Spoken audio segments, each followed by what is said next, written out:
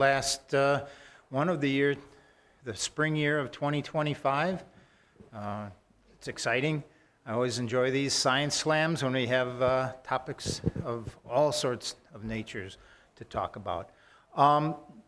We are competing with a budget meeting in the sanctuary, so there's all the real math nerds and everything are over there, and then we got told to please, Scott and I should come down to Creeves Hall at about 10:15 because they're having a thank you for all the people that participate in educational facilities here. I said, of course, we'll be presenting our Science Sunday, so we won't be able to be at that, but they said, well, we still thank you anyways. And we were invited to bring up something for the potluck as well, too. So I didn't happen to drop anything off, but. So we're a little bit of competition here, which we've always seen. It seems to be somewhat, but if you've chosen to come here, we really appreciate that, and we really enjoy that. It's a great community of like-minded people, and we really like that. We thank the church for giving us this space. We wish we didn't have to compete so much with the other issues to do it, because I know there's a lot of other people that are like-minded like us in this group, and if they have choices to make, they're making their choices, and that's fine with them too, me as well. So, I know I wanted to get started, and I had a couple things. I thought I'd start out with a thing I've been listening and looking into a little bit lately, and it's an interesting topic. I also have another one I kind of put in my back pocket in case we needed some time on that, and so that'll come up in a little bit as well too. But we're having, I think, a physics demonstration a little bit by Mark Ailes, and Bob Barry has a bunch of stuff set up here to talk about lighting systems and so on, and so we'll go on from that. This one is my talk a little bit. Has anyone here ever walked in the English countryside, taken hikes in the English countryside? Okay. English countryside, Scottish, put all that together. What you maybe notice there, and I've done it, is as you walk along, it's a little bit different than walking in America. They have all these paths, and this is the place that's the easy access path in America, and here's all the signs and everything to tell you about what you're seeing. A lot of English is more walking in the wild, and often in very narrow paths. And they've been there for a few hundred years, and some of them, I've noticed, are kind of deep and down by all the people that have walked in it. And you can be walking, and you're right there. And the thing you'll notice is that there's not an easy way to get past somebody going in the other direction. You usually have to find a place, 20 yards ahead or 10 yards back, and then stand aside, get out of the way a little bit, and kind of signal them to come along. And this is a story that culminated with a kind of issue like that. But it's a common experience to do that. And usually as you pass by, you make some kind of comment about the weather, because that's what everybody in England talks about, really. So, so there you're letting somebody by you, and you're going on your walk, but you're out there in a really a whole kind of different situation. And that kind of happened too. Such an incident happened one September day about 20 years ago in Yorkshire, as the path wound sharply up from a river up onto a little embankment, a cliff kind of thing. And a man was out walking his dog, and he saw somebody at the top of the hillside there that was standing there. And the man kind of backed up a little bit, but he wasn't just standing there, he was actually on an object. And the man saw that, the man down below with the dog saw that he'd moved back off there and kind of wobbled a little bit and kind of disappeared, actually. So he brought his dog up to the top, and he looked over the cliff, and there down about 50 feet below, face down in the river, was laying a man and a Segway. So the man had backed up on this cliffside. And sadly, he had fallen 50 feet to his death. He was laying face down in the river and was not alive. I don't know if you've ever heard that it made the news. It made the news that a man on a Segway fell off a cliff because not only was this a man that had a Segway, this man had Segway. It turned out he was the owner of Segway. And you can imagine all the editors of all the newspapers and newsrooms all over, the things they had to say about this, right? Segway takes another big fall and so on, and so it was kind of the wry humor, but distasteful humor, and people trying to manipulate how do you feel, this kind of chortling glee, but also, acknowledge this. But that's not really the story of this man and the owner of the Segway company at this point. So he can imagine, all these wry smiles went on, but this man that lay down, face down, and died was named Jimmy Heselden. And I'll introduce and talk more about him shortly. But first I'll tell you about Dean Kamen, who was actually the inventor of the Segway.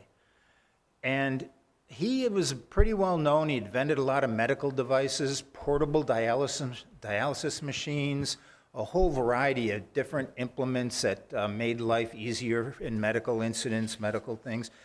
And he noticed and realized that there was maybe problems with mobility. He saw a man in a wheelchair trying to get up over a curb, and he didn't succeed at this in those days. And he was looking for something that could do this. And they started making a thing that was... He started hiring a few people. They came up with some ideas, and they were trying to make a wheelchair that could actually go up and down a step, a curb like that. And it was taking a lot of work, but then they started seeing that that's not really what was really interesting him. He started looking into some other things, and this idea rapidly morphed into some portable transportation device, right? And he got very caught up with this. He started looking for investors, and he talked to Jeff Bezos. And Jeff Bezos saw his concepts. And Jeff Bezos' quote here is, he said, "It's an invention so revolutionary you'll have no problem selling it." That's what Bezos said. I kind of imagine like the Shark Tank thing that you see on TV, and these guys, he's bringing these ideas, looking for investors. Steve Jobs looked at it and said, "If enough people see the machine you want," I'm sorry, it's a little dark here and I'm not seeing the light. If enough people see the machine, you won't have to convince cities to architect around them. It'll just happen. Whole cities are going to change their whole architecture because of your machine. Other people were saying this is the best invention since the PC and so on. So it was a very clever and complex device. And he actually hired an author to write the story of what they did, because this was going to change the world so much. He wanted data. He wanted a history of this whole thing, right? So he hired a guy and paid him money, and the guy was interviewing people. Everybody had to sign on non-disclosure agreements and keep out of the news. They couldn't talk about it all. In fact, I don't know if you remember, it was actually called It. And the thing is the story of it, because they couldn't talk about it and how it was going to change the world. Got a lot of play. Actually, finally, December of 2001, it got put on Good Morning America with Diane Sawyer and Charles Gibson at that time. And they had it behind a curtain, and the inventor, Dean Kamen, is standing there, and the money that they put into this thing and the challenge they put into it, he kind of beat down all the kind of questions that people had. His marketing director, he'd say, "I'd like to do a study of this and how it's going to be taken by people and so on." And he'd say, "It's obviously going to be accepted by people, and it's going to be the new thing of the world. We don't have to do marketing studies on it or anything like that." So Diane Sawyer, they opened the curtain. It's the big reveal. Nobody really knew what it was. There was speculation, and people had scoured his patent logs and things like that. But then there was sitting a Segway, and you can visualize what a Segway looks like, right? And Diane Sawyer was particularly not impressed by it. She said, "Is that it? And it means, is that it? Is that all it is?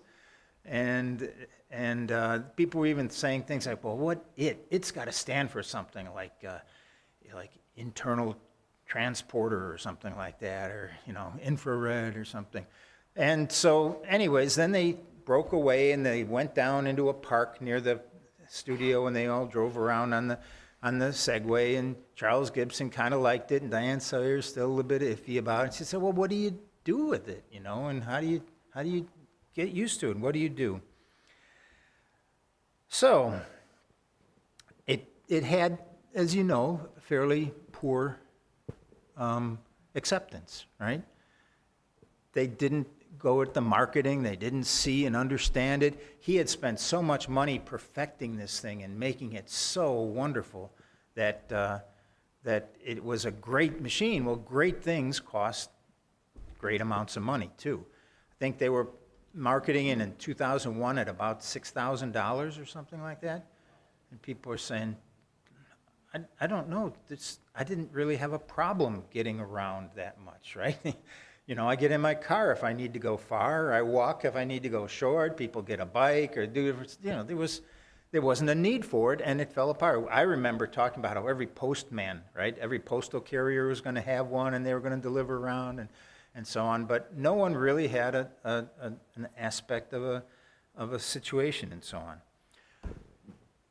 So that was Dean Kamen and his problems with marketing and maybe over accepting of things. But what about this Jimmy Heselden that I talked about?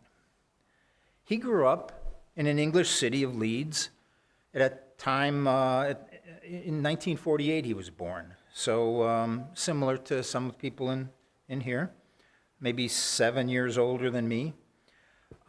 He grew up in a public housing facility, and money was pretty tight, and prospects were very grim. He left school at 15, like most of the people that lived in his public housing area, and he worked for a while as a laborer, and then he went into the coal mines, which then suffered some pretty big problems. The coal mines were basically shuttered by Margaret Thatcher's ideas and different concepts. The collapse of the coal mining industry left him out of work in the 1980s. They had something called redundancy money, but he started a small company, a small business, and he was just sandblasting things for people. It doesn't sound like a real compelling job, right? People bring you stuff and you blast it with a sandblaster, and then they take it away from you or something. So he eked out a living on that, but he liked to go to vacation, and people in England often go to vacation. They go to the seaside, and they have caravan parks where they'd park little caravans that you could rent for a week or something like that, and you'd sit at the caravan park and watch the seaside and so on. Amazing amounts of erosion were occurring in the 80s at this time. They were losing yards of seaside every year. And these caravan parks that had a limited space were now losing all their space, and the caravan parks couldn't even be there anymore. He thought he had an idea that might help with that, and he had what's called a flat packaged kind of a crate that he could bring out there, and you could assemble it, you could put it together, drop some pins in the proper places, and he made these carts that he thought these people might help out at these seaside resorts. And you could fill them with rocks, or they even had a fabric liner. You could put mud or sand or anything in it to make it be there and help fight the erosion. Those things are called, there's a few names for them, galleons. And so he came up with this, and it had some aspects of it that were pretty good, how it could fold up so you could bring quite a few of them out to a certain spot or whatever, right? You didn't just bring out a whole big welded container and so on. And actually, his first sale was to a place that had a little creek, and they were suffering some erosion, so they bought that, and that was his first sale. And then other things started happening. People started finding other uses for this thing. He actually started thinking of, it kind of came together and separates out. You can actually go on a website right now and look at, he called it, because it kind of folded out like an accordion or a concertina, he called it a concertina, concertainer. Okay, so you can type in concertainer and you can see demonstrations of people filling it in. And where it got to, can you think of some aspects where it might be pretty useful? What's that? Housing. You can actually build walls and build, in like maybe a refugee camp or something like that, with two people can stack these things together. They concertina out, and then you can just have something dropping, like a end loader dropping sand in it or something like that. The military liked it a lot. The Iraq War started, and the British brought numbers of them over there, and the Americans saw how quickly they could build a defensible perimeter, right? And in 2 men in 20 minutes and 1 end loader could build a whole protected area. When you talk, how was it done before that? How do you imagine them building these things? And it's all the war movies, filling sandbags, right? They'd have little bags, and one guy would be holding the bag open, another guy would be shoveling sand in. It would take 10 men all day, 10 hours, to build what they could do in 20 minutes, okay? Military men talk about how they felt like it saved their lives. They were back behind safe borders, safe protection, and actually the thing really took off. People found other uses for it in a lot of other ways too. So this thing became very, very useful, very easy to transport, very safe. In about 10 years or so, he was worth $300 million. Jimmy had put it all together and found something that was useful and necessary, right? He built a factory right next door to the little public housing place that he grew up in, so a lot of the people that were associates of him had work in that place, right? He did some fun things. He built houses for himself and did different things with the money that he'd earned to enjoy it. And finally, along came the issue that he was actually able to buy Segway. He always liked the Segways. He thought they were an interesting thing. So the story of the man that we think is kind of funny that fell down off this cliff, letting a man by with a dog to get up a hill, was Jimmy Heselden, and had quite an interesting life that wasn't what people thought when they first read about his death. So if you look, you can look up under HESCO. His company is HESCO, or Concertainers. And you'll see there's videos of guys filling up these racks and doing all this stuff, and he's a pretty interesting man in a lot of ways. So I thought I'd start it off with that.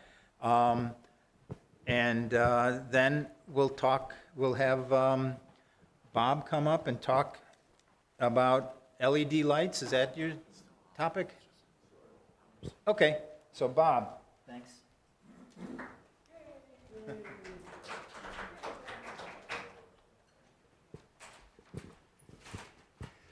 Good morning, Bob Barry here. And about 2 years ago, I purchased an electric bike, and it's the rear end of the bike, which has a red light. In fact, the battery looks like this. I don't know how many amp hours in this battery, but I get about 50 miles on a charge. And anyway, the bike came with directional signals on the rear only. There are small ones, but I wanted some for the front of my bicycle so that people who are approaching me, either cars or pedestrians on the bike paths, would see me more easily. So I put together this circuit. And the circuit is shown over here, and I'll explain it. But first I want to demonstrate the circuit. This is the way I normally ride with the bike so that people can see me more easily. However, if I did want to use it as a as a directional, I have a switch, there are several switches which I'll explain to you in a moment. So if I want to make a right turn, when people coming toward me will be able to know that I'm making a right turn, or I can change it to a left turn. On the other hand, I can also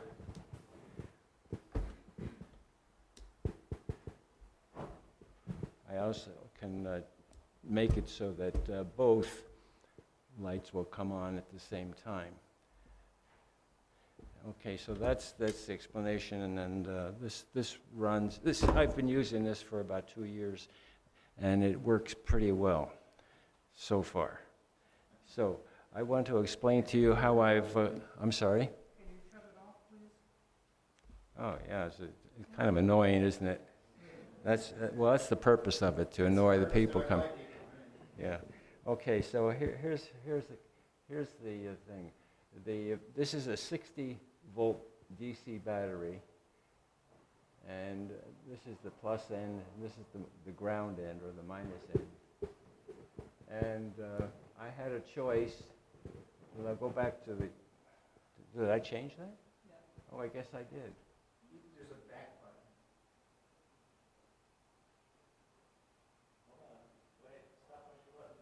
button. Okay. I want to go back to this one, yes. Okay, now I'm going to... Okay, so that's... and over here are the LEDs which you see here. I used LED because they take almost no current at all to operate. You got to get a little closer to the mic as well. Okay. Then the two LEDs are here, and this is the flash unit that makes it go on and off about 15 or 60 times a minute. I don't remember what it is. And then if I want to bypass the flasher, I just put a switch in here.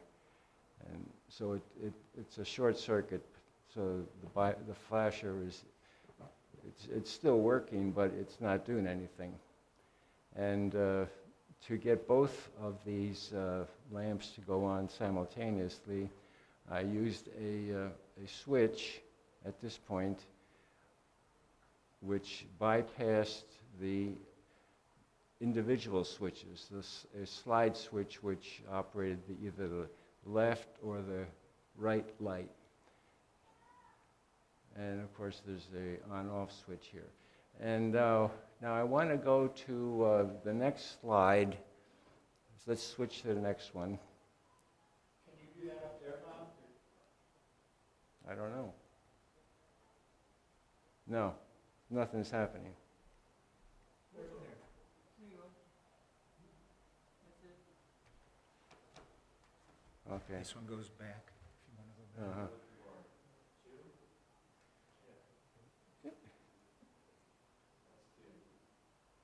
That's two. Okay, on your older cars, like my car, I have a mechanical switch which does the flashing of the directional lights, and it uses these contacts open and close so the bulbs, the directional bulbs will flash, and what happens, I think, is that these,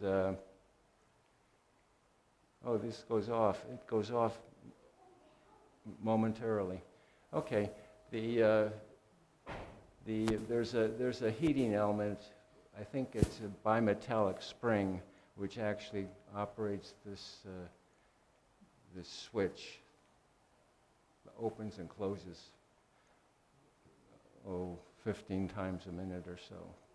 Okay, let's go to the next slide. So this bimetallic means that it heats up, It heats up. and as it heats up, it maybe loses contact because the bimetal makes it bend. Yeah. I think that's how this thing And then as works. it cools, It closes straightens again. out Yeah, that's right. I think that's how it works. Now, the electronic flasher, which I am using in this circuit is solid state, and I think it charges a capacitor, and then when the capacitor is fully charged, it fires this circuit, and then the LED can go on. Okay, now let's go to the next slide, see if I can turn it here. Okay, now remember, I used a bunch of resistors to get the voltage down to 12 volts because these are 12-volt lamps and it's a 12-volt flasher. But the option was for me to buy a inverter, which will chop the 60 volts which are on this battery to bring it down to 12 volts. And in order to do that, I think, yeah, I was using the wrong button. That's why it switched. Let's go back to the number 4, Dave. Yeah, this one. Okay, this one, somehow the battery, the 60-volt battery, they chopped the wave, the 60-volt wave, into segments. I don't know what the frequency is, and it goes into a transformer, and this transformer will drop the voltage down to the required voltage of approximately 12 volts, and there's a capacitor here to smooth out the voltage going into the circuits. So, and pretty much that's how this thing works. The solid on all the time, or flash, and then if we just want the right one to flash, or the left one, etc. Are there any questions? Okay, if any of you want to build something similar to this, there's a table or a music stand in the back which has the information I just spoke about. And now I'm done. Thank you. How long did it take you to put that together? Well, it went together in increments. I would say it probably took a couple hours, and then I tried it for, as I said, a year, and it's been working pretty well for over a year or so. And where do you get your electronic parts? I got the online. I ordered the LEDs from a trucking company that puts on, or trailer company that puts LEDs, and I got the flasher from online again. I just went to electronic flasher. What do you think the parts cost, roughly? Well, my parts cost probably about $50. And that included the resistors, which cost $5, and the flasher, which was about $20. And then the each LED was about 10 or so. How do you mount it on your bike? Okay, on the neck of the bike, there's that little gooseneck, and I have this big U-bolt that goes around the gooseneck, and I tighten it up with the nuts on the U-bolt. And if you really want to race somebody, you can get that off real fast and drop some weight? No, not quickly. I suppose I should, but I like to ride with it on the bike because of the visibility of the flashing lights. Yeah. I mean, usually, I'm kind of wondering, sometimes yellow, does that imply rear? Or, I know red implies rear, but sometimes yellow lights are in the back of a... Yeah, I don't, frankly, I didn't pay much attention. I just used what was available. I just used the color that was readily available. Yeah, I was going to tell them that usually your directional lights are yellow, or your safety lights, and your stop lights are red. Okay, Do you have a headlight on your bike? I too? do. I So do have that's a red another one light, that you- plus these flashing lights. So people see you coming.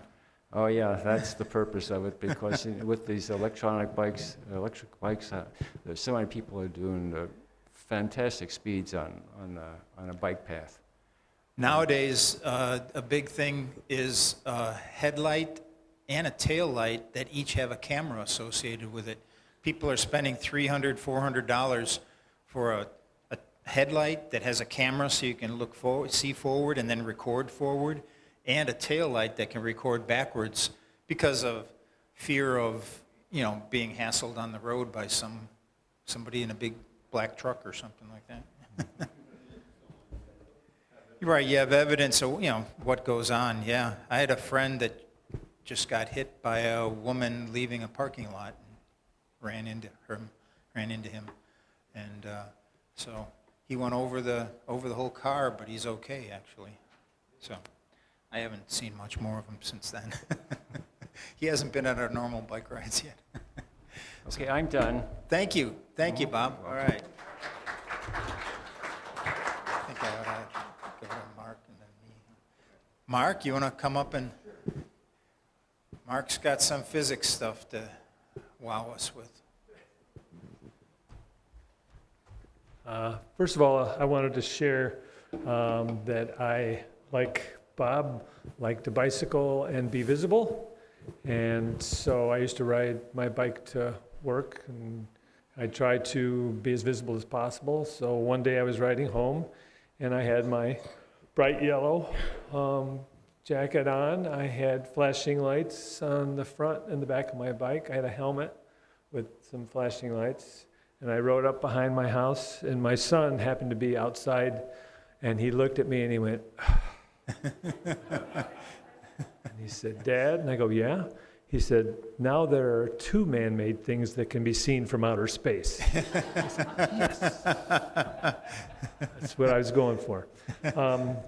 Okay, so most of my demonstrations and stuff I'm going to do there, so can I just talk loud, or oh, you got a mic? Yeah, I can hold the mic if you're doing other stuff too.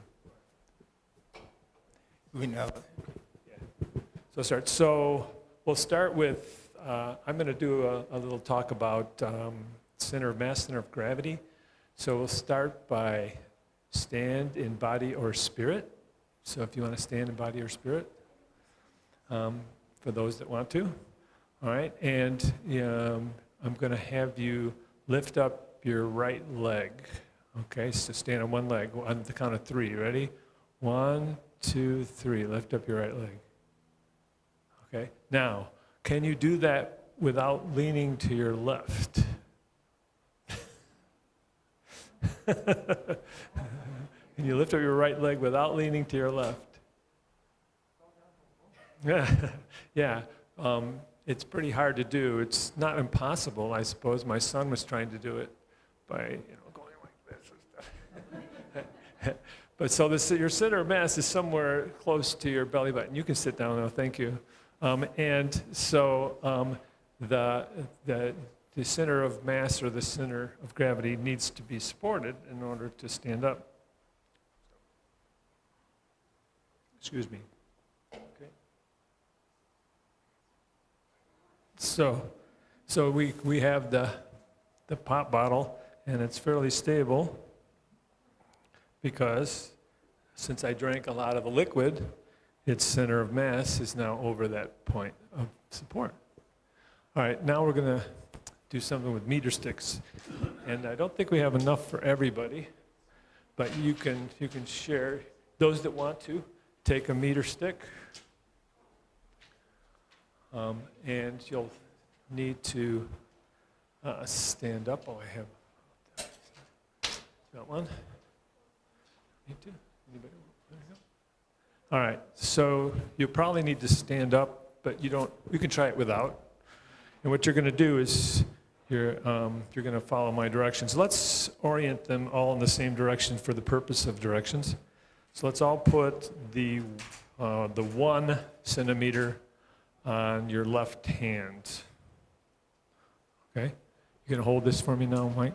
Yes.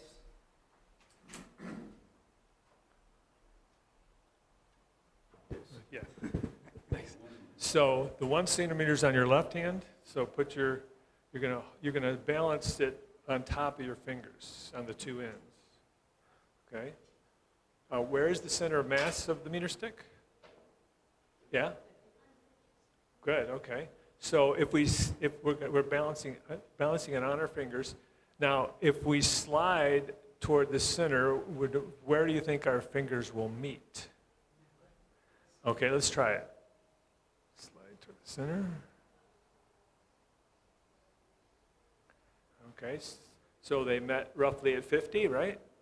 Okay, all right, let's do it again. Put fingers back out.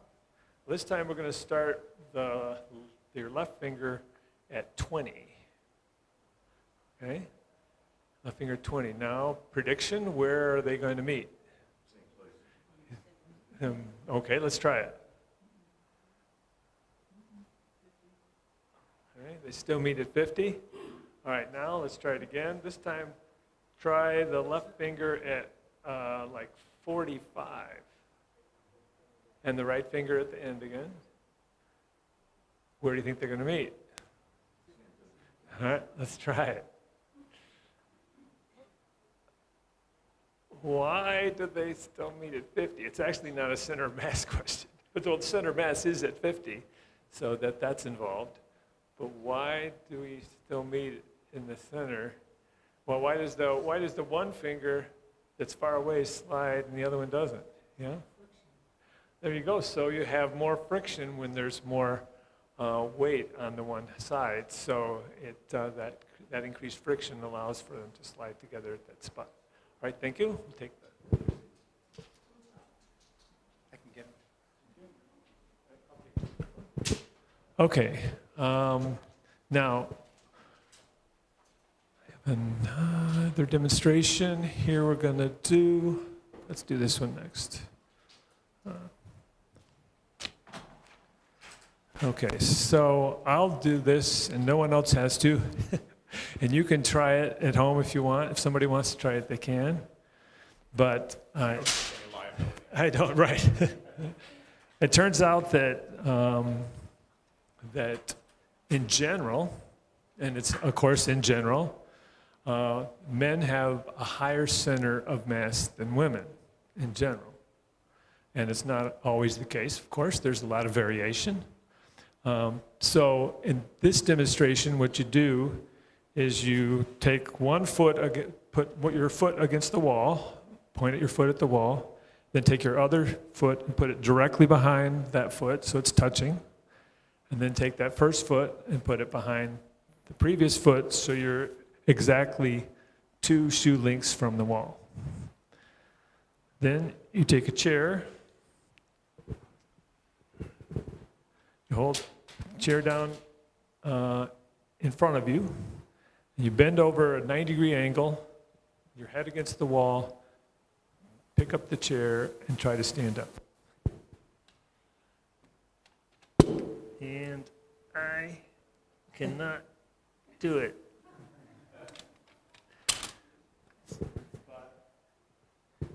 Typically, women can do it.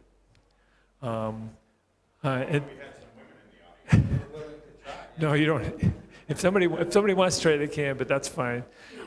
But I will show you that after I, demonstrated I couldn't do it, and then students in my class, the guys couldn't do it, and the girls in the class could do it, then I'd try it one more time.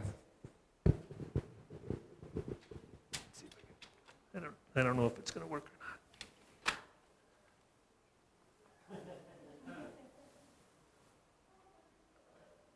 not. I need a heavier chair.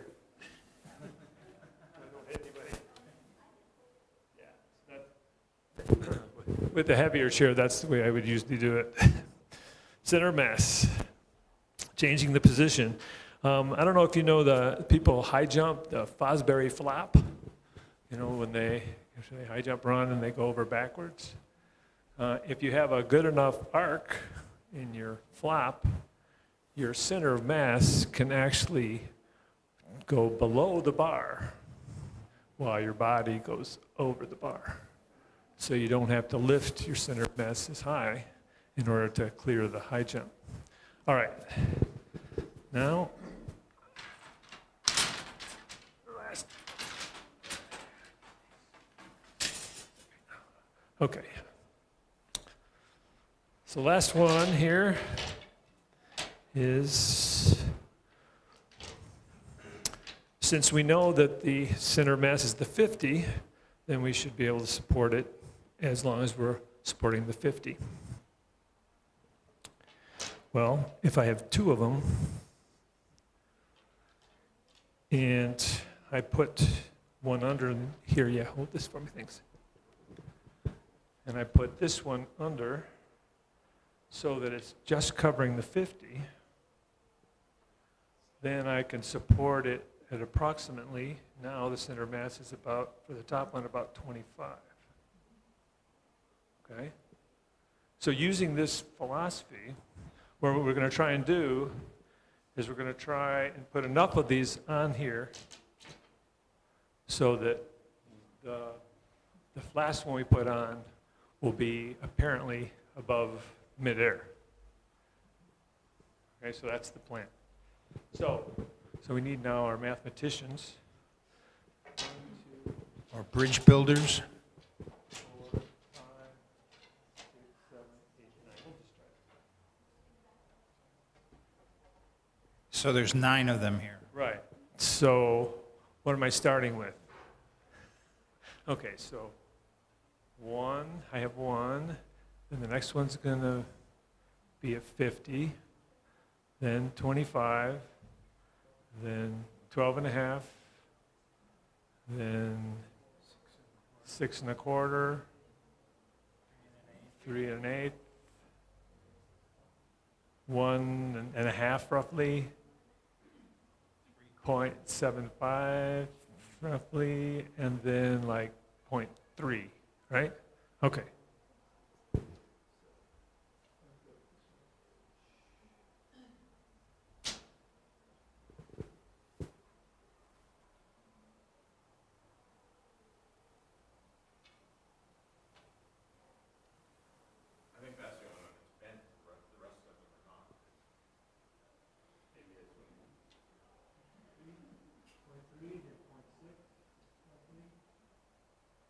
By the way, of course, these are, even though they're all meter sticks, they're not necessarily all made out of the same wood, and wood is not necessarily 100% consistent, and so it's not going to work perfectly. Then we're at 1.2.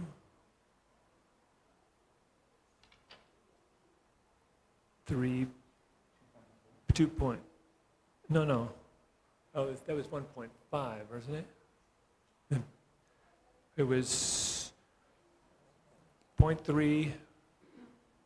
I do this wrong? 0.6, 1.2, it was 1.5, wasn't it?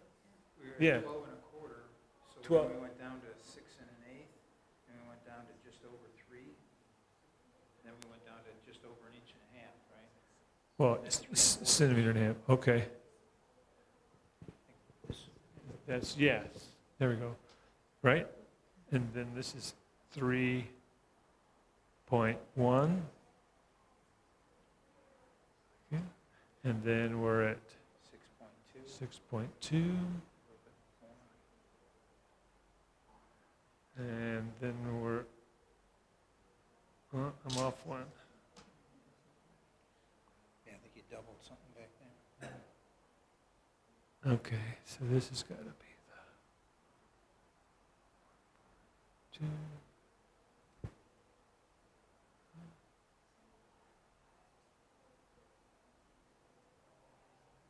Did I go too many? No, I'm really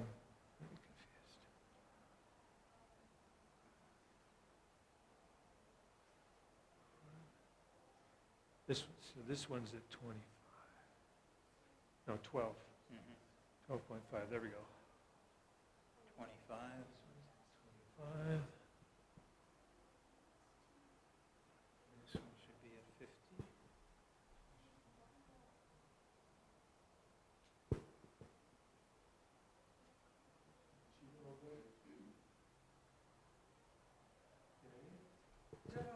now we're not done. No, this is good. So apparently, not only do we move the center of mass back, but as we add them, we move it lower. So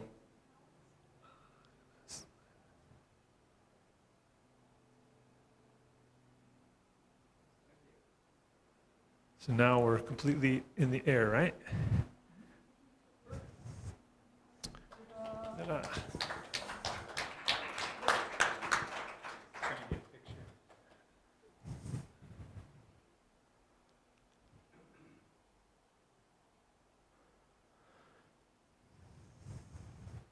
So if you're building something and you want to stretch a long distance without having to go to the other side, just get a bunch of meter sticks.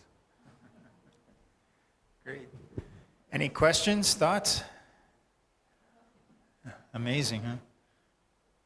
Completely free. I don't know if you're aware, but we have 2 satellites, supposedly tethered, hundreds of kilometers apart. And what they do is they measure gravity. And so when they pass over like Greenland, the first one's there. The second one has a laser that's made, what hits the other one in front of it, which I said are hundreds of kilometers in front, with a size about of a $50, and it can measure its fluctuation. And so by doing that, they know the gravity has changed. Okay, and so when you're going over Iceland, and you do this year and you compare it, and the fluctuations are different, that's how they can estimate how many billions of tons of ice are being lost. Because it's a measurement of the gravity change, because that mass increases the gravity. It'll increase the gravity when it passes over, so that first satellite will dip, and the one behind it will measure the dip, and then when it comes back.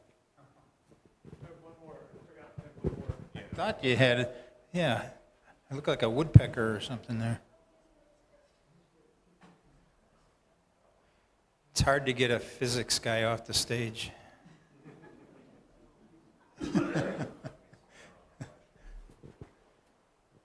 What are you looking for? I'm not looking there.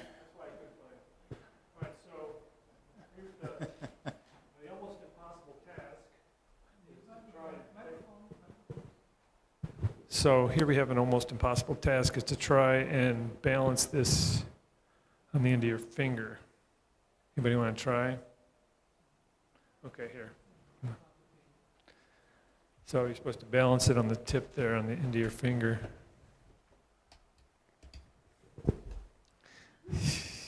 It's nearly impossible. Okay, so we're going to make it harder. I'm going to let you use my belt.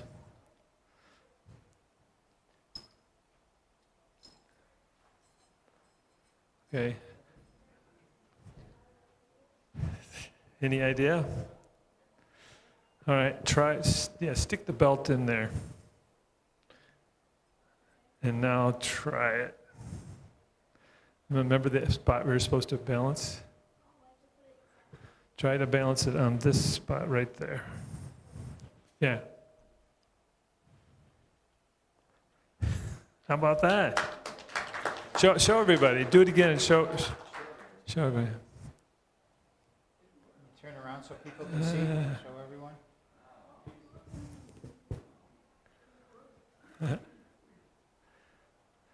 Yeah, so the idea again is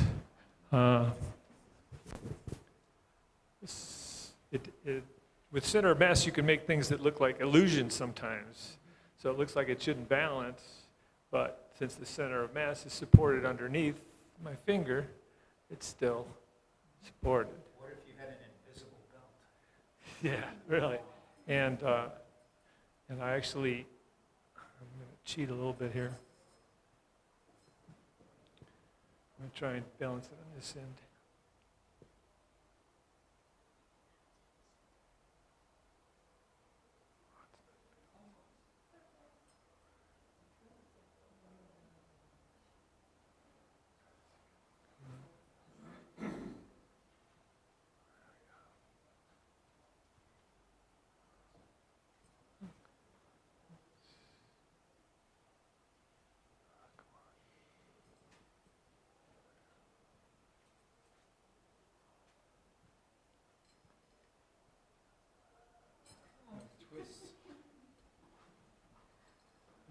going the right way or not?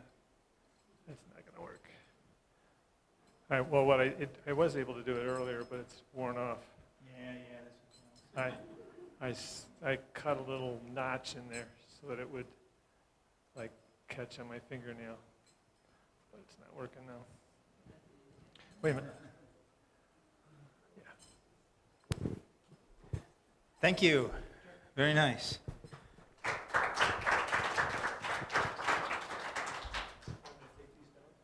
Yeah, if you could just roll the whole thing. Scott?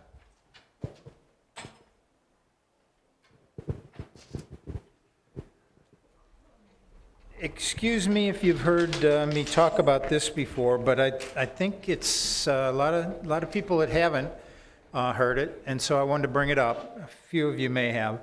But I asked a gathering a while back, what animal comes to mind as a meaningful example of evolutionary success?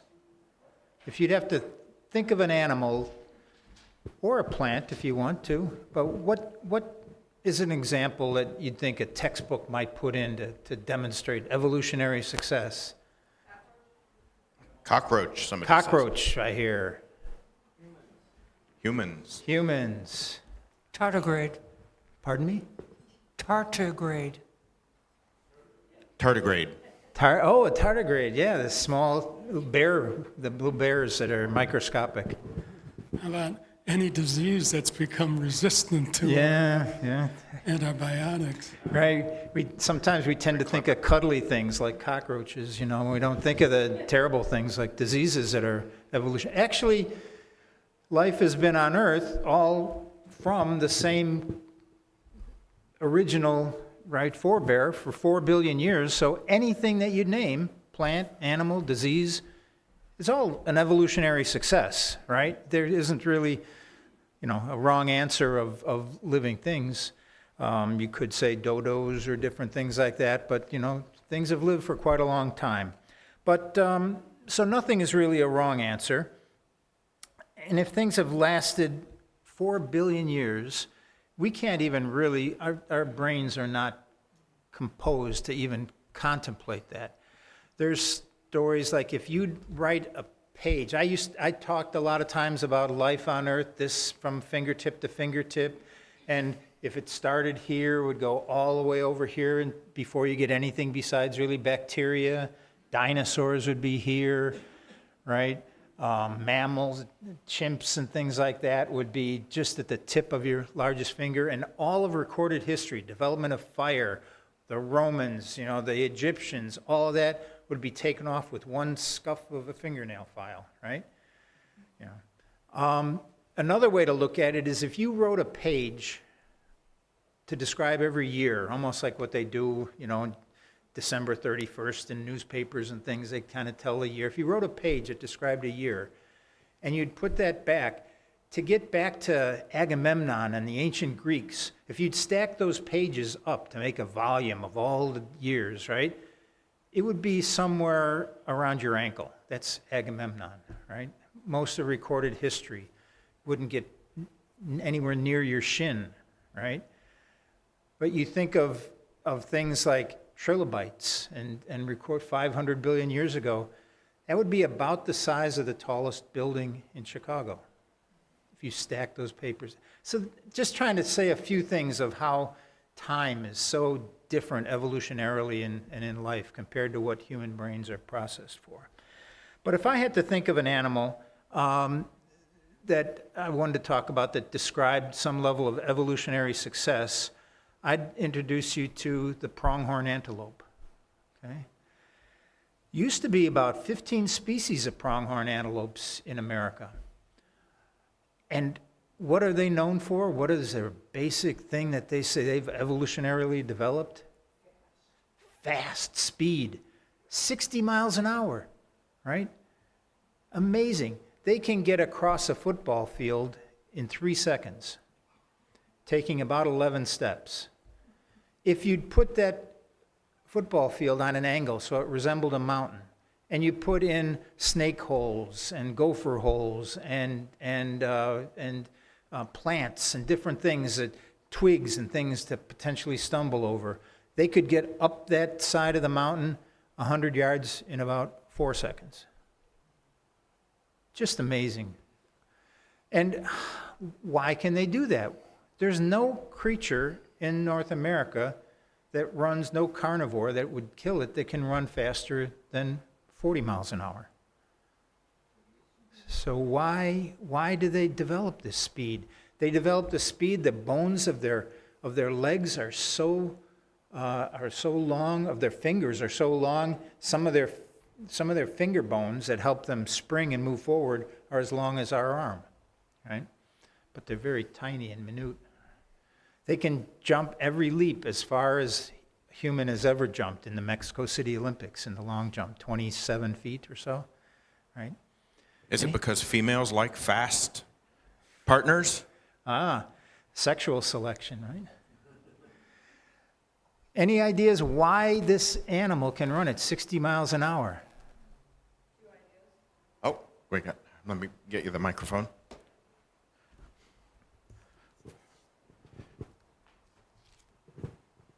So one idea would be a predator that is no longer around, but that they've kept the speed from, previously evading. The other idea would be an environmental factor, like being able to evade prairie fires, but I actually don't know what their ecology is, whether they would be subject to prairie fires. So. Yeah, okay. And to solve the answer, you'd have to kind of chase ghosts, right? And the ghosts are what it used to be like. There were animals here that were in an arms race with pronghorn antelopes years and years ago. The last one was, we talked about, I think there's a Smilodon, the saber-toothed cat, and they were very able to quickly move and catch something so they could get young pronghorns. Pronghorns, very, very few of them live to adulthood. They're mainly predated on when they're very young. But they have a much longer cycle that they gestate, so that they're coming out, and within minutes they're up on their feet and moving, and so they have less of a window of opportunity for predators there. But let me say a few more things about them, and then we'll go there and talk more about that. A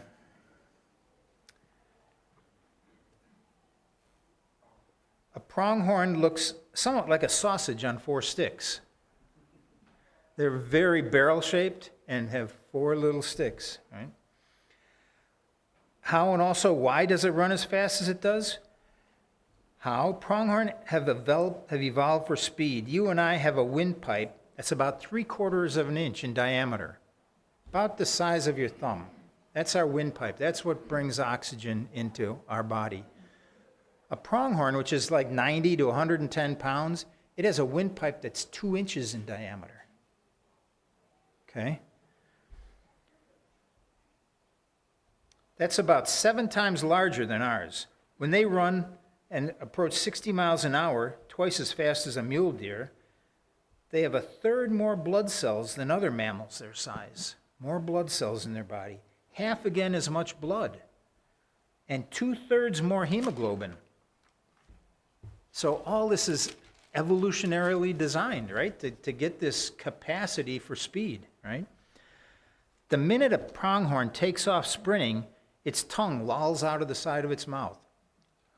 When it's out the side of its mouth, that passageway is wide open, and it's bringing air. Imagine getting in your car and going 60 miles an hour on the expressway, rolling down the window and putting your head out the window and opening your tongue and letting it go. Man, you would get some oxygen rush there. And then imagine if your windpipe was 2 inches, 7 times as big. Okay.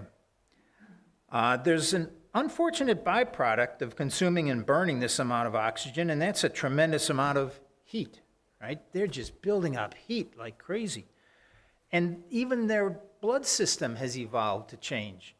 There's a thermoregulation strategy that has an amazing circulation system that most of their blood, it is shunted around to all their skin and all different areas, so it cools off, evaporates before it gets shunted into the brain. Overheated blood to the brain would be death to to these creatures. So they have a whole different system of that, getting out to their, so blood doesn't get to their brain too quickly. Another thing, female pronghorns have a duplex, a double uterus. What's the value of that? They almost always have twins, okay? As they're running, as they become more and more pregnant, as they're filled up with other creatures, they're still in balance. They can still run at virtually the same speed as they could run before that, you know? So they don't lose speed as they get closer to birth. Even though they got 2 biscuits in the oven, and they can remain balanced. Some of the small hand bones, like I said, in pronghorns have evolved to be as long as our forearms. This allows repeated strides of 29, 30 feet, as long as the Olympic record for humans. So this is some of the how, and now we want to get back to the why, okay? They were chasing ghosts, like I said earlier. There was, the Smilodon was one creature that was a saber-toothed cat. Another, there was the short-faced bear, who was also stood about 12 feet tall, bigger than grizzlies, faster than grizzlies, could still run about 40 miles an hour. They weren't running like bears do nowadays with their toes turned in, so they could gallop. But they still weren't that fast, but they were getting the younger ones. And the young, they gestate, like I said, for 252 days, much longer than 180 days or 200 days for most mammals. But more than 3/4 of their prey, or their young, will fall prey to coyotes, wolves, bears, and hyenas at that time. Adults can outrun all of these, but some short ambush creatures are a little more troubling. But the thing that could catch them, even at top speeds, that forced that high speed, was the American cheetah. The American cheetah only died out about 10,000 years ago. So you imagine all these centuries of time. Think of the pages of the book that both the American cheetah and the pronghorn antelope lived on the North American plains. And all that time, that pronghorn would be a little bit faster, evolve to be a little bit faster, their bones would get a little bit longer, their windpipe would get bigger, all the things I talked about. But the American cheetah developed its own capacities too, right? It's a very equitable arms race. Both are developing and developing and developing. And so the capacity of the cheetah was up to almost about 70 miles an hour too, in very short bursts. It could catch a pronghorn, but it had to start at the right place. It had to catch up some space and so on too, right? So it died out in North America only about 10,000 years ago, and it's why the pronghorn has evolved to run as fast as it has. And the pronghorn is why this animal has all its, and it's why the cheetah is why this pronghorn has all these amazing adaptations. It is such a specialized creature that Native Americans would catch it and eat it. And they didn't have bullets that could go faster than it. They didn't have good ways to capture it. They made long, narrow walls that are still around today in some places. And they'd start maybe half a mile apart or something like that, and they'd funnel them in, and they'd only be 2 feet tall, maybe, something like that. And the pronghorn would be moving with the Native Americans and move them towards this funnel, and they'd be moving along, and they'd be saying, this is no problem, we're keeping well ahead of those Native Americans. But they never wanted to go over those 2-foot jumps, right? Because their bones were so brittle that they were not comfortable jumping. You see deer nowadays jumping over all the biggest fences around here, right? But they were not, they didn't have the capacity to do that, and they'd funnel them into a chute and capture them that way, or off a cliff or something like that as well too. So, anyways, if you ever want to think about an animal that has shown some very obvious evolutionary traits, think of the pronghorn antelope. All right, great. Well, that's enough science for this spring, and we appreciate you coming in and having a science time with us. Thanks to the presenters, Bob, and Mark, thank you so much, and hope you have a good summer. If we have things coming up, Scott, we'll put things out on the email list. If you're not on my email list and want to be, just come on up and sign it, and we'll make sure you're aware of stuff that we may be doing through the course of the summer. A lot of times we come and look at some planets over at Scott's house or different things like that too. So, thanks so much, and have a great summer.